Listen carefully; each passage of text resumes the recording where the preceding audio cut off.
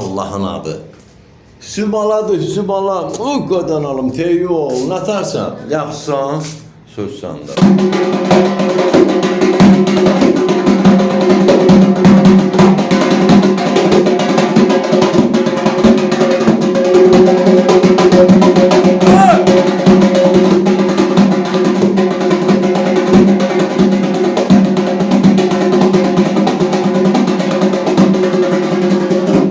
Haydi bala məhəmməd.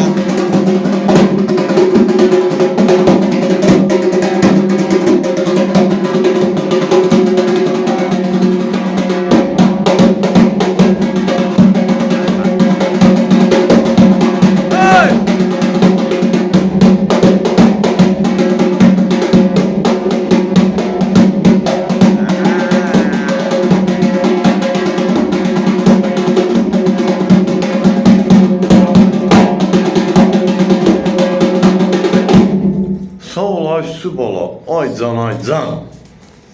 Ağsaqqal, bir dinləyici kimi. Sağ ol, bravo. Ya belə də olmalı değil mi? Bravo. Ay bax sən telega quzu kasım ha. Bax. Sən futbolist qadın al. Sağ ol, sağ ol. Belə də olmalıdır. Eldəniz müəllimi yaşayış yeri Gəncə şəhəri iş yerimiz Dəmir Yolçular Mədəniyyət Sarayının qapısı xalqın ballarının üzünə açıqdır. Biz hazırıq qəbul eləyək. Nəyi biliriksə də? İncə. Rəm tərəbərəm bədə tərəbərəm.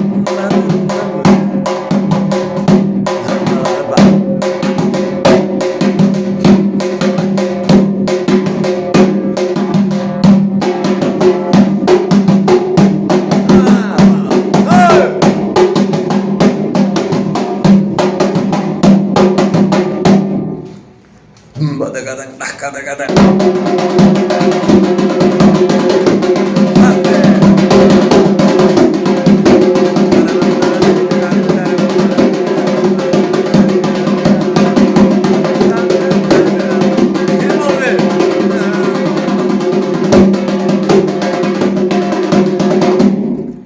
Sağ ol Aysu, sağ ol qadan alaram.